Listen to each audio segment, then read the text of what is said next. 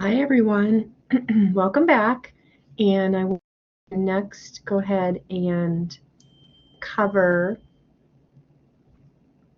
alterations of thyroid function. So under this, we will talk about hyper and hypothyroidism. Going to start with hyperthyroidism. So I'm going to go over them and then we're going to compare and contrast. That's the best way to learn these different types of disease, SIADH versus ADH, hyperthyroidism versus hypothyroidism, because they're very much opposites. When we talk about Cushing's next and Addison's, compare them, they're the opposites, okay?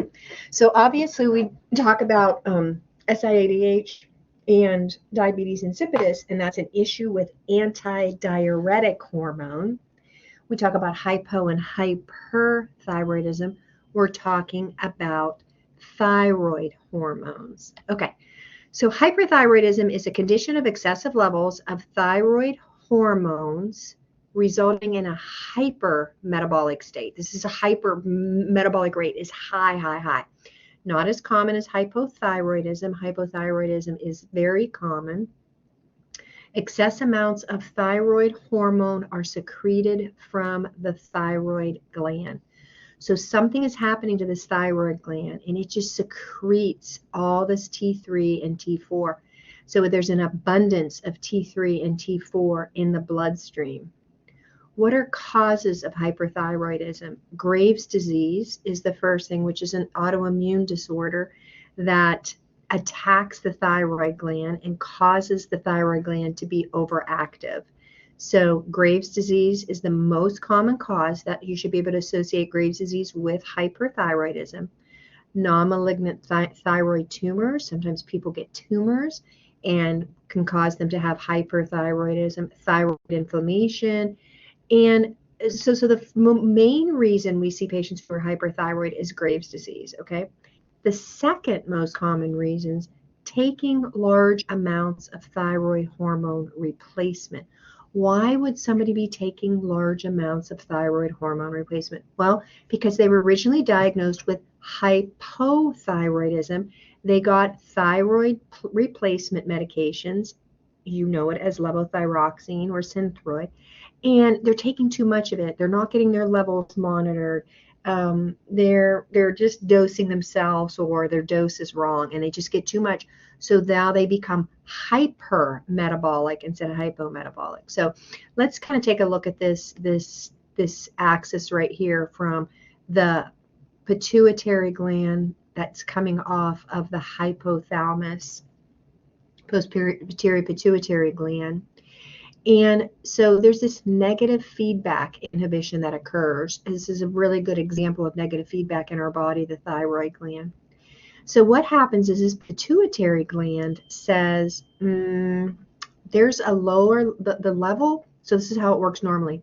I sense that the T3 and T4 are decreasing in the blood, so the pituitary gland sends out, right here, the pituitary sends out thyroid stimulating hormone.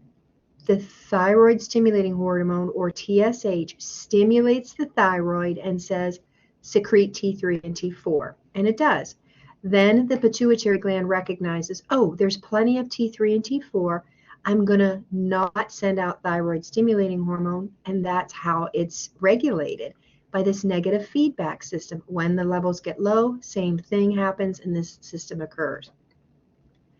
So since there's something wrong with the thyroid gland and the thyroid gland is over-secreting T3 and T4, the pituitary gets this negative feedback and senses that, oh my goodness, there's plenty of T3 and T4 in this person's bloodstream. So there's no thyroid stimulating hormone that's needed. And this becomes important to understand when we talk about lab values as far as the thyroid stimulating hormone.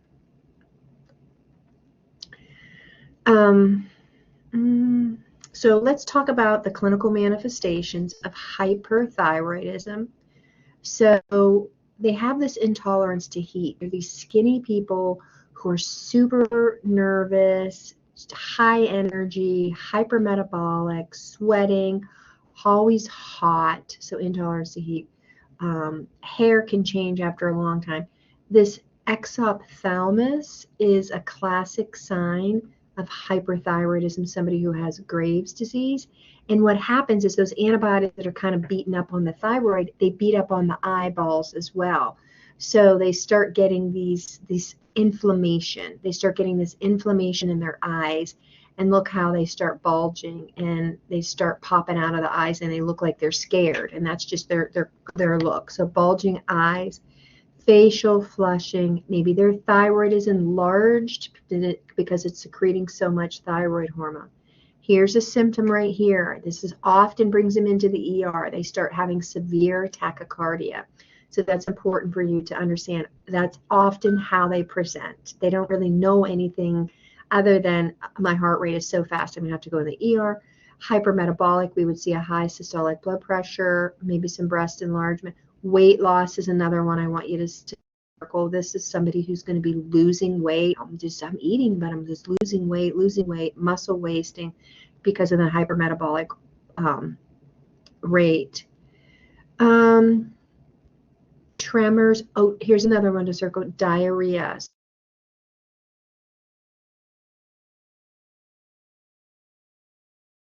And who still have their periods definitely have some changes in their period. They tend to not have periods, so they struggle with getting pregnant. That becomes an issue with a woman of childbearing age who's been diagnosed with hyperthyroidism. Diagnosis, history, physical exam, serum thyroid hormone levels, T3, T4. Look at my arrows. I don't know what happened. I'm so sorry. So put the arrow up. What does the lab work look like for a patient who's hyperthyroidism? This is a classic certification question. T3 and T4 would be up. I explained why. And the TSH is going to be down, arrow down. So put those there and make sure you recognize those and you understand the concept behind it. How do we treat it? There's medications, the methimazole and the PPU, or the propylthiouracil. I should be able to say that better. So any medications that they're considered anti-thyroid. Okay, so just to kind of stop that secretion of T3, T4. So that's the first line of treatment. If that doesn't work, we can give them some pills that is radioactive iodine. So remember, our thyroid sucks up the iodine that's in our body. We get iodine from different types of foods, iodized salt, and our thyroid wants that iodine, and that's how the thyroid gland makes T3 and T4, by sucking up iodine. So what they do, if this medication doesn't work, is they give them these pills and they put iodine in it, but they make them radioactive. And when the thyroid cell sucks up the iodine, the radioactivity starts killing some of the thyroid cells. So hence, their thyroid is not going to make as much thyroid hormone. And so that's the next line of treatment, some radioactive iodine. Surgery. If that doesn't work, sometimes they have to go in, get a part of their thyroid removed, get all of their thyroid removed, just depending on what the cause is and how the treatment is going. So I think all this is just the iodine coming into the thyroid cell, enters the thyroid cell, cell glows with radioactivity, and then that part of the cell that took up that iodine dies right here. So we're typically not trying to kill the whole thyroid. They just give them enough to maybe kill a few cells and then try that again. So know what the treatment is as well.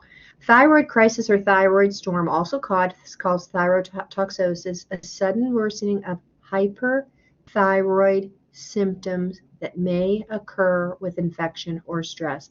So now their hyperthyroid gets to another level. Rare, but it is life-threatening within 48 hours if they don't get treated.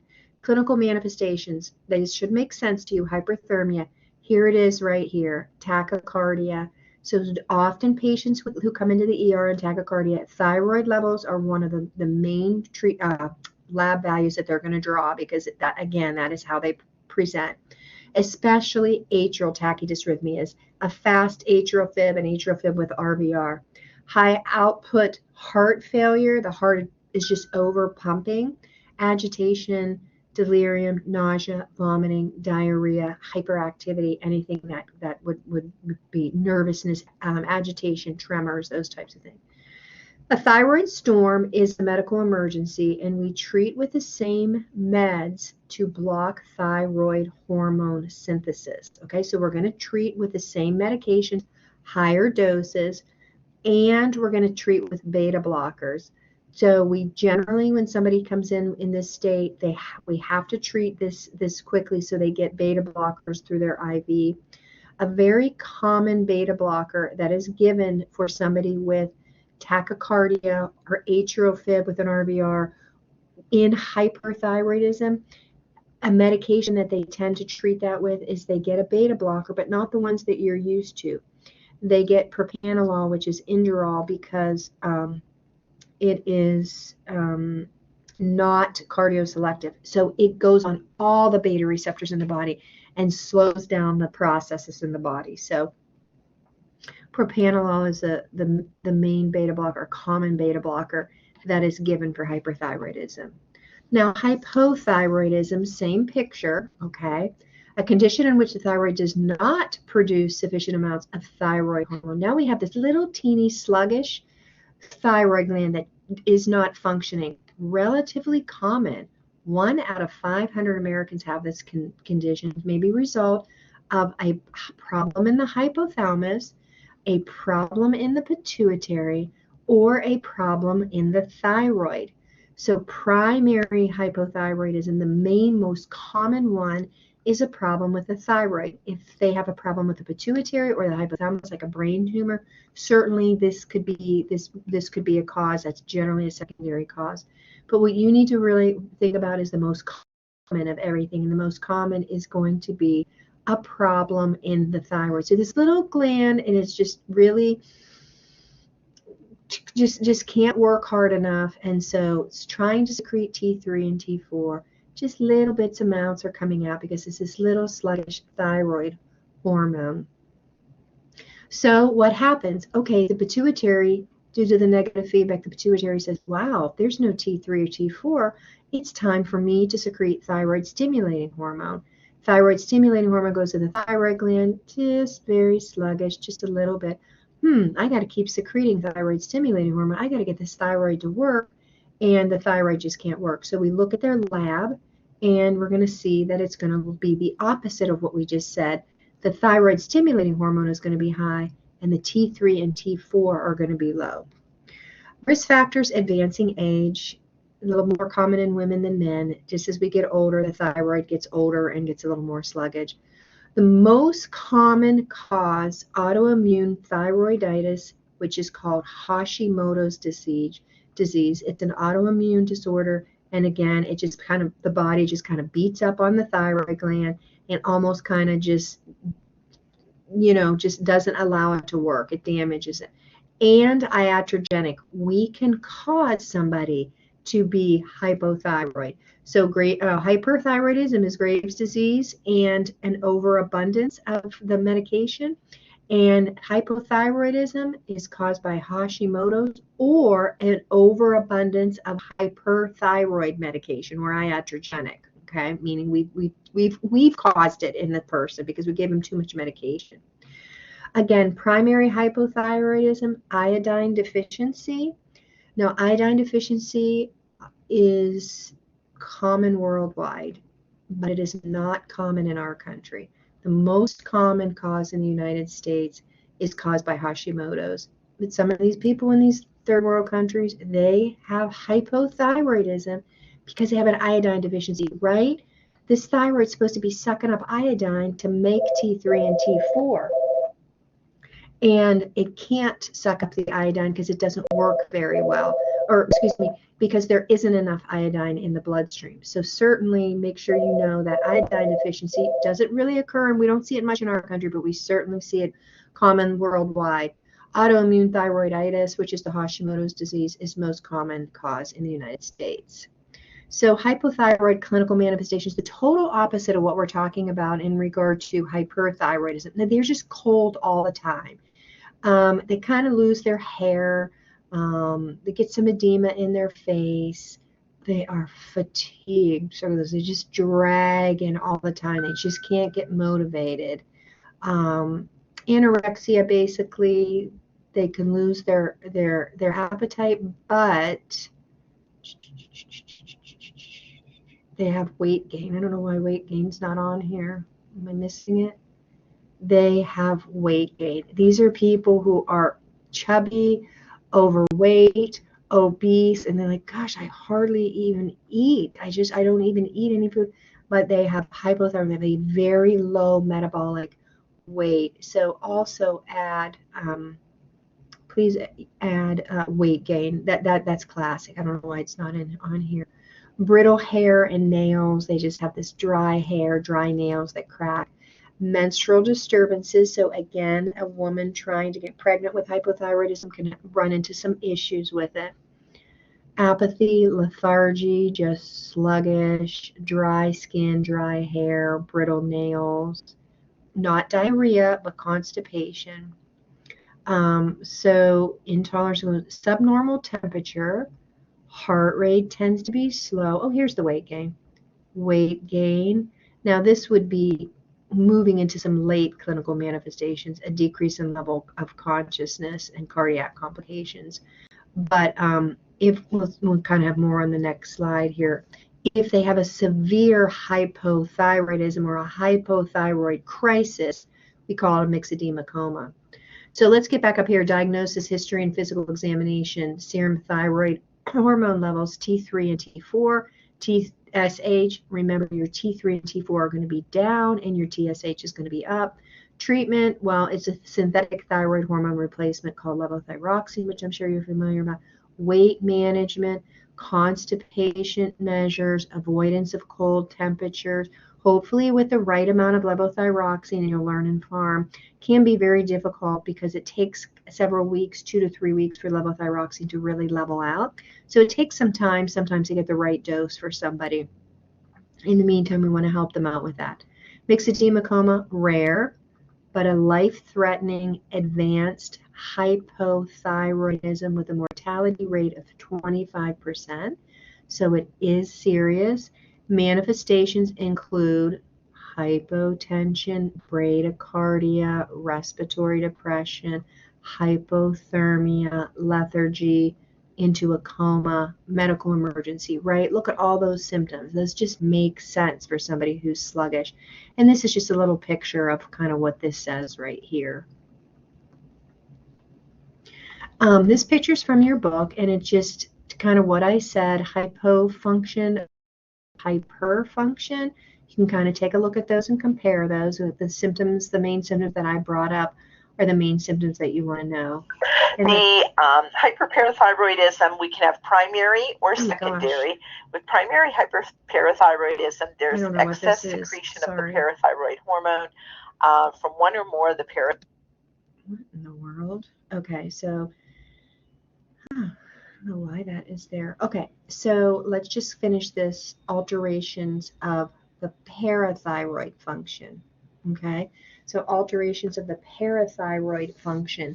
So when we talk about parathyroid, remember the parathyroids are located on the thyroid. So people who have thyroid issues can also have some parathyroid problems. There's only a few main things I want you to understand about this. So this is hyperparathyroidism. This is hypoparathyroidism. So primary hyperparathyroidism, excessive secretion of parathyroid hormone from one or more of the parathyroid glands, right? They secrete parathyroid hormone. That's something that you've learned. Now, if somebody has hyperparathyroidism, it can cause a parathyroid hormone to be high. A secondary hyperparathyroidism is an increased parathyroid secondary to something, some kind of chronic disease, which is in response to hypocalcemia. So somebody who has like a chronic hypocalcemia, and probably the best example and the one that we see it most common with is somebody who's in chronic kidney disease or somebody with a vitamin D deficiency. So think of somebody who has chronic kidney disease. Their kidneys are supposed to be making help with the synthesis of vitamin D from the sun, and it doesn't work for that.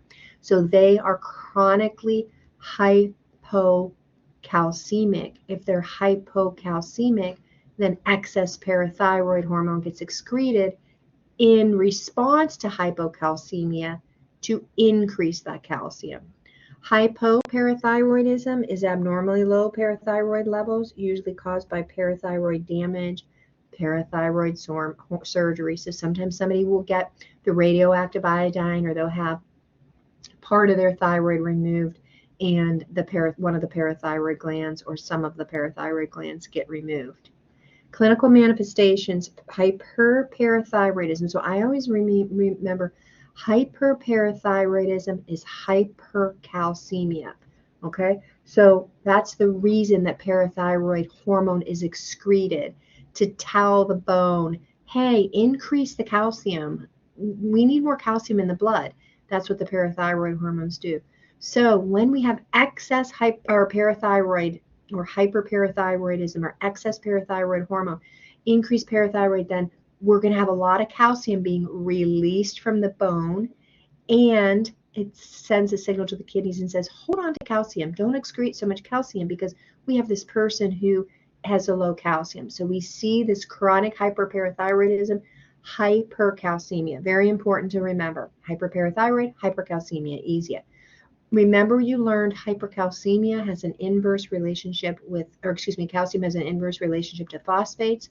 So we see hypercalcemia and hypophosphatemia. That should just make sense. Signs and symptoms, I'm not going to go over them, but they're the signs and symptoms of hypercalcemia. Those are the hallmarks typically of primary hyperthyroidism, and is often discovered incidentally. Two of the most common reasons that somebody has hypercalcemia, somebody is hypercalcemia on their lab work. Think about like the patients you have. We don't see hypercalcemia. Maybe if somebody's just taken an abundance of supplements, but typically we see hypocalcemia because there's multiple reasons that somebody would have hypocalcemia. But somebody who's hypercalcemic, it's usually one of two things. They're hypercalcemic because they got a problem in their parathyroid glands, they're hyperparathyroid, or they got some kind of cancer going on and the bone is just being affected and the bone is just pouring out calcium into the blood. So sometimes these things are found incidentally. Hypoparathyroidism, the total opposite, hypocalcemia with a hyperphosphatemia, and we would see signs of hypocalcemia. And evaluation, we want to monitor calcium and monitor parathyroid hormone levels and treat the cause. All right, sorry about that voice that came out of nowhere.